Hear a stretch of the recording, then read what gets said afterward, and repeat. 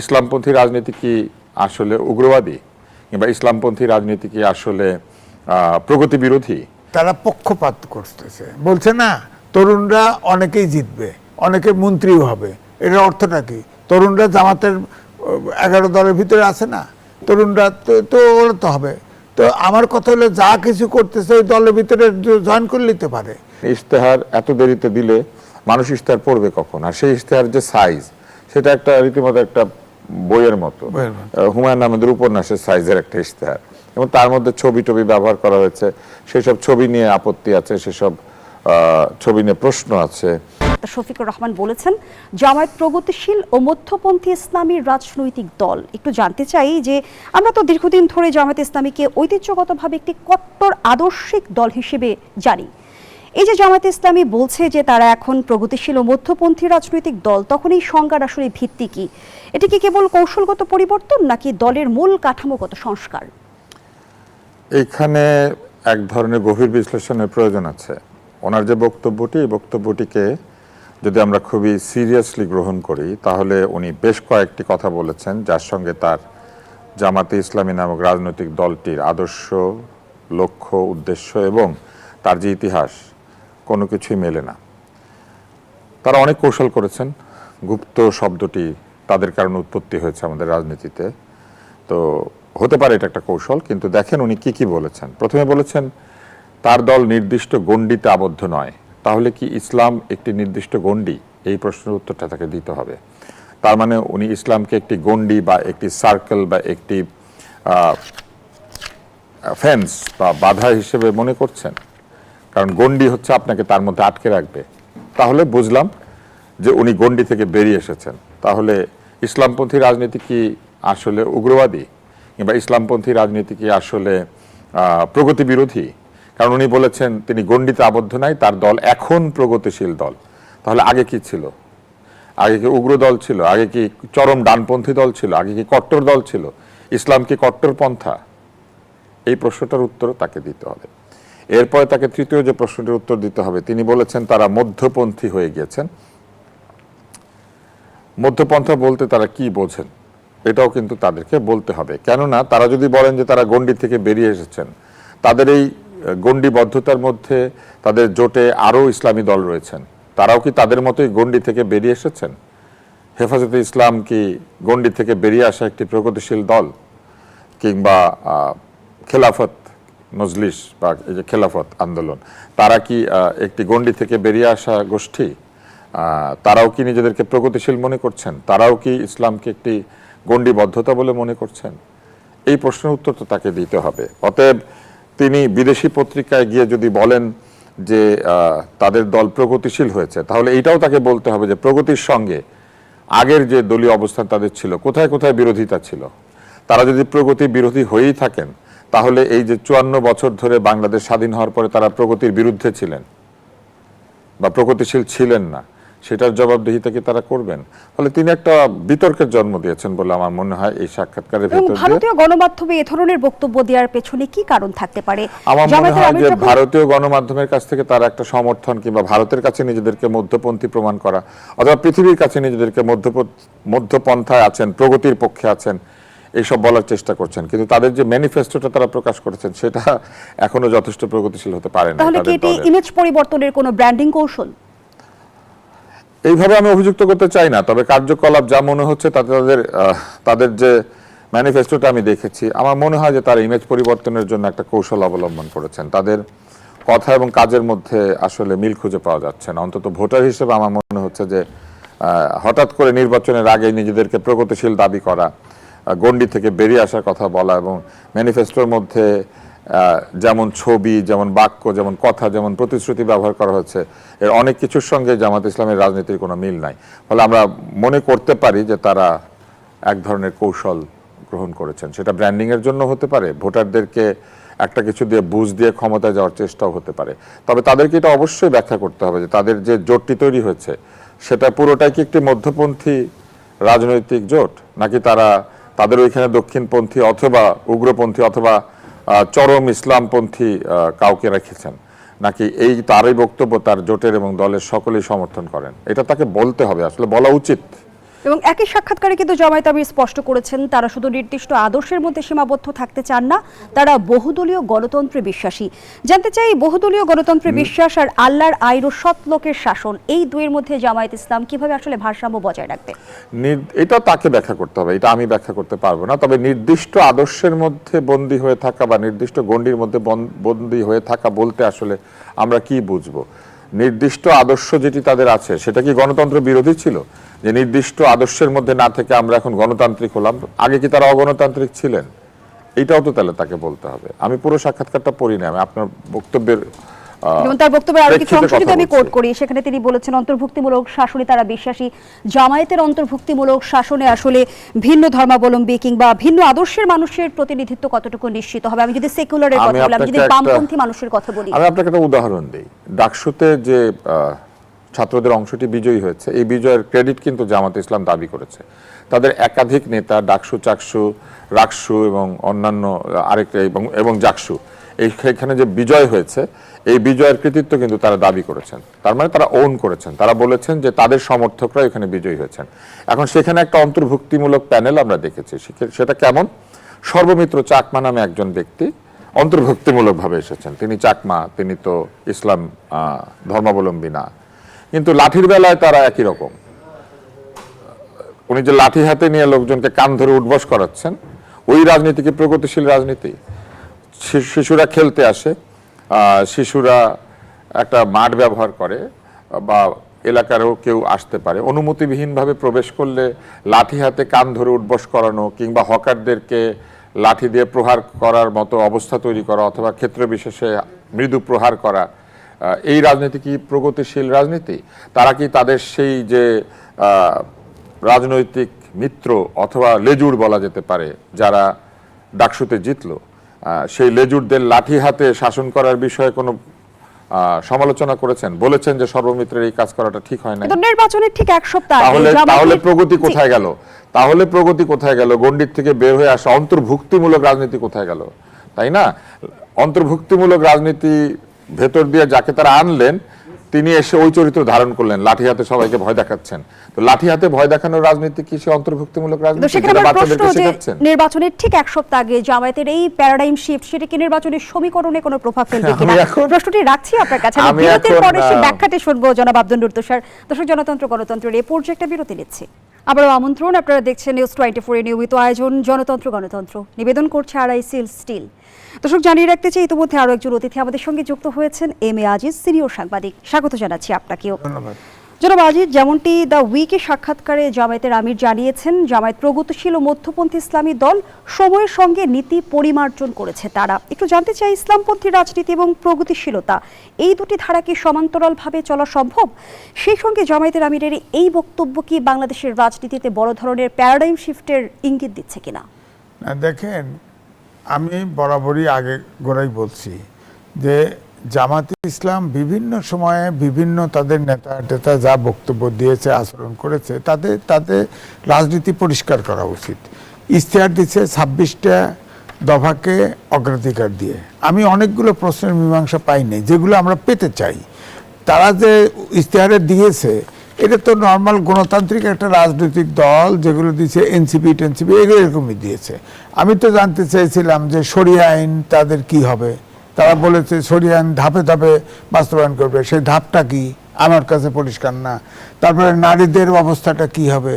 নারীরা কি খালি সন্তান জন্ম দিবে আর লালন পালন করবে আর বাসায় কেমনে রানীর মতো থাকবে, এটা পরিষ্কার হইলাম না।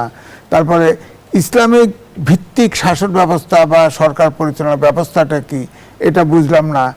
রাষ্ট্র চালানোর পদ্ধতিটা কি হবে, এটা বুঝলাম না। স্বয়ংক্রিয়তার যুগে উচ্চমানের বিজ্ঞান শিক্ষা কি হবে, এটা আমি বুঝি নাই। আমি তো এই ইশতেহারে কিছু বুঝতে পারি নাই। আমার কাছে তো মনে হয়েছে বিএনপির ইশতেহারও আইডেন্টিক্যালি হবে। পার্থক্য আমি এনসিপি ইশতেহার দিছে না, আমার কাছে খুব একটা পার্থক্য মনে হয় নাই।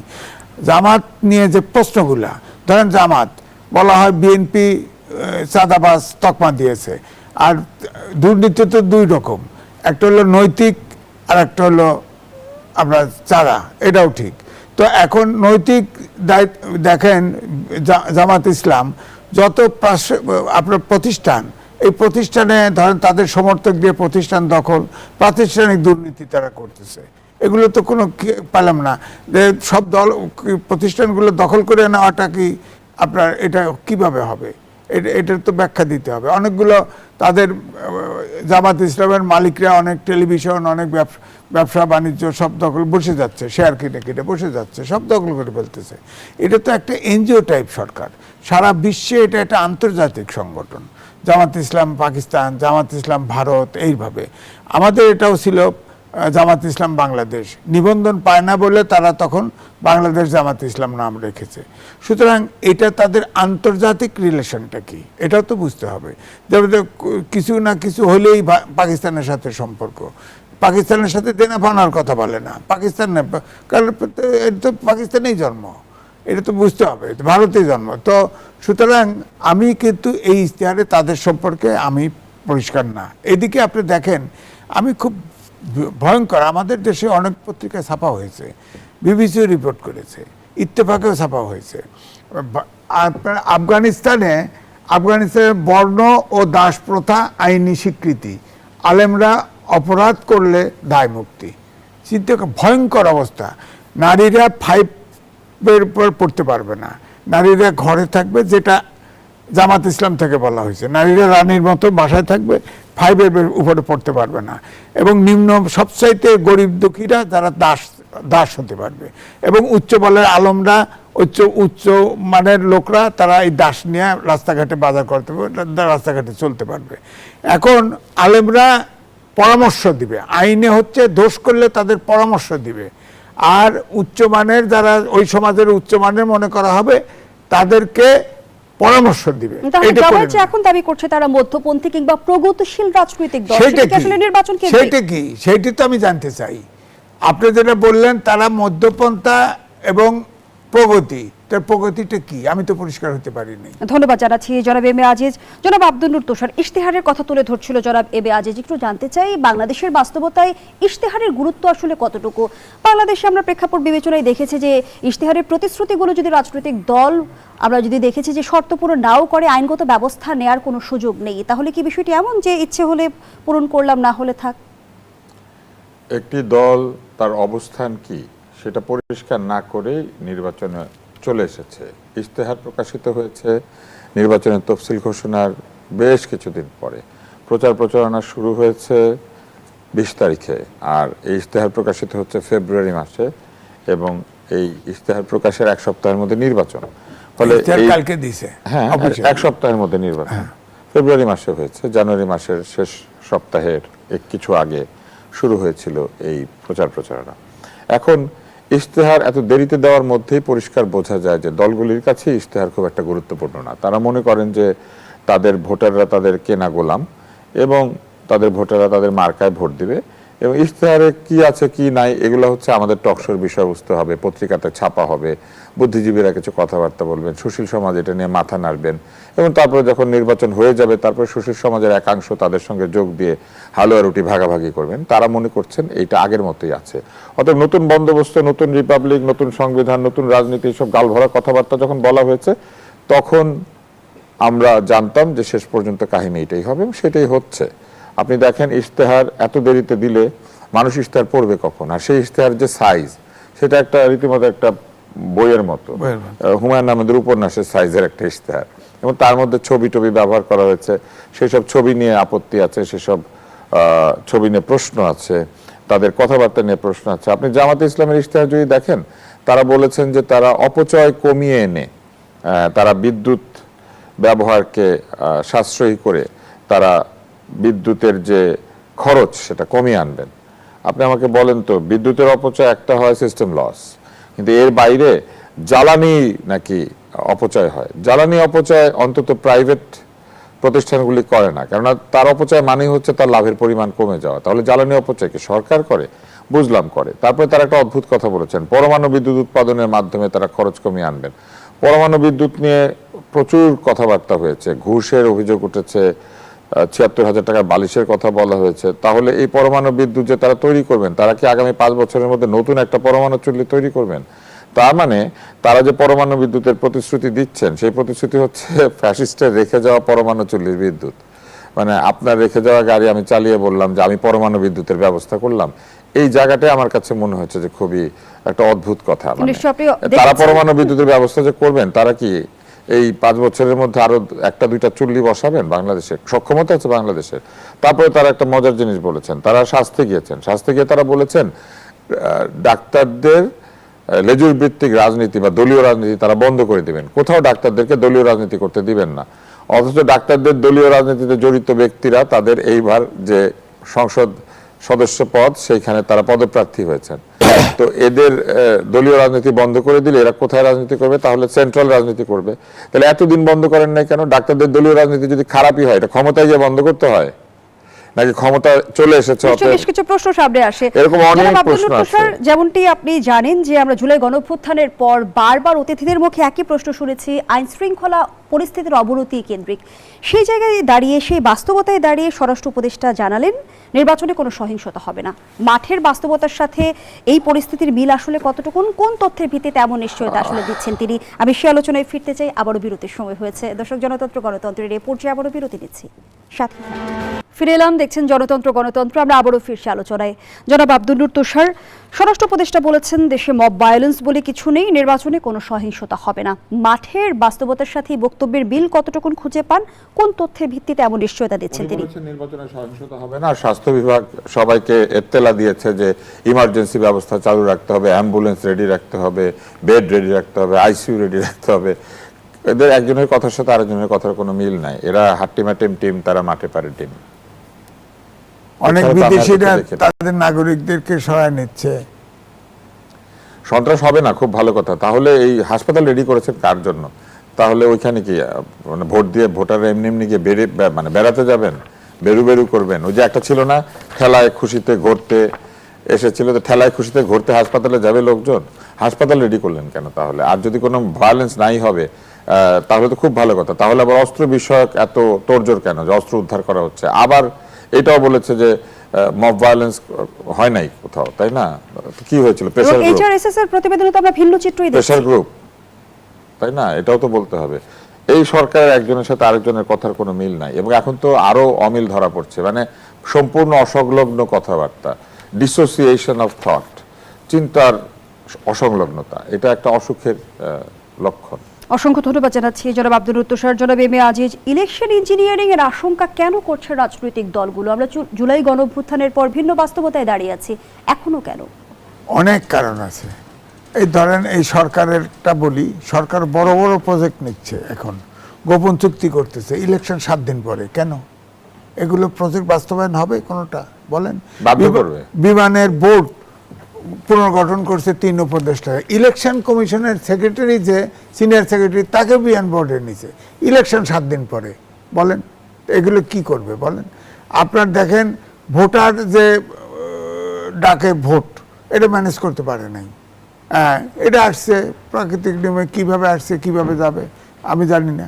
তারপরে আপনার পোস্টাল ব্যালট বিদেশ থেকে আইছে, এটা তো বহুত জানা গেছে। কিন্তু ক্ষমতায় তো দলীয় সরকার নেই, আমরা দেখছি অরাজনৈতিক সরকার ক্ষমতায় আছে, দল নিরপেক্ষ সরকার ক্ষমতায় আছে। তারা কেন ইলেকশন ইঞ্জিনিয়ারিং এ যুক্ত হবে? তাদের যুক্ত না, তারা পক্ষপাত করতেছে। বলছে না, তরুণরা অনেকেই জিতবে, অনেকে মন্ত্রীও হবে। এটার অর্থটা কি? তরুণরা জামাতের 11 দলের ভিতরে আছে না, তরুণরা তো ওরা তো হবে। তো আমার কথা হলো, যা কিছু করতেছে ওই দলের ভিতরে জয়েন করে নিতে পারে। এই সরকার তো নিরপেক্ষতা হারিয়ে ফেলছে। তারপরে দেশে গোপন চুক্তি করা, বলেন 7 দিন পরে নির্বাচন, এটা কি করে সম্ভব? বলেন, চুক্তি করা, গোপন চুক্তি পর্যন্ত করা। কন্টেইনার টার্মিনাল দিছে ডাবল মিনিং, এটা তো আপনার প্রফিটেবল, এটা দিছে, এখন স্ট্রাইক করে অচল হয়ে পড়ে আছে। তো এগুলোকে সব